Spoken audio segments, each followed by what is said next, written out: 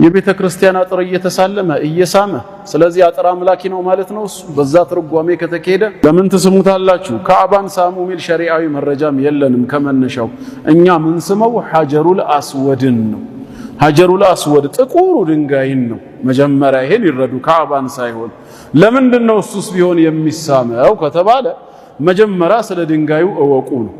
ድንጋዩ ጀነት ውስጥ የነበረ ድንጋይ ነው፣ ከዱንያ ድንጋዮች አይደለም። ወደ ምድር እንዲወርድ ተደርጓል። በጊዜ ሂደት ጥቁር ሆኗል። ከበረዶ የነጻ ነጭ ነበር።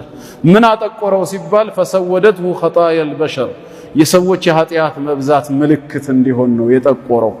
ታዲያ ወደ መሳሙ ስንመጣ ለምን እንስማለን ሲባል ይህን ጥያቄ ዑመር ኢብኑ አልኸጣብ ረዲየላሁ ዐንሁ መልስ ይሰጠናል። ሐጀሩል አስወድን ሊስመው ሲጠጋ ኢኒ ለአዕለሙ አነከ ሐጀሩን ላ ተዱሩ ወላ ተንፈዕ፣ በራስህ ምንም ልትጠቅምም ልትጎዳም የማትችል ድንጋይ መሆንህን አውቃለሁ፣ ግን ለምን እስምሃለሁ ከተባለ ለውላ አኒ ረአይቱ ረሱለላሂ ሰለላሁ ዐለይሂ ወአሊሂ ወሰለም ዩቀቢሉክ ማ ቀበልቱክ፣ የአላህ መልእክተኛ ሲስሙህ ያላየው ቢሆን ኑሮ አልስምህም ነበር አሉ።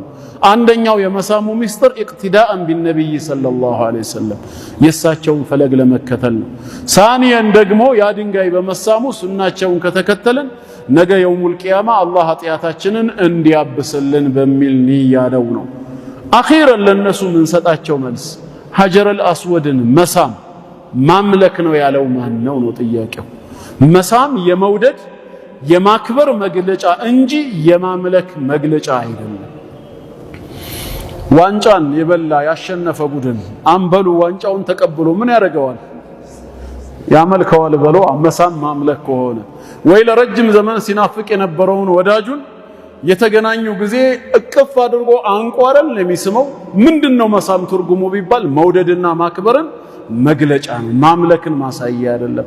ሐጀሩል አስወድን ሳምከው ማለት በምን ቋንቋ ነው አመለከው የሚባለው?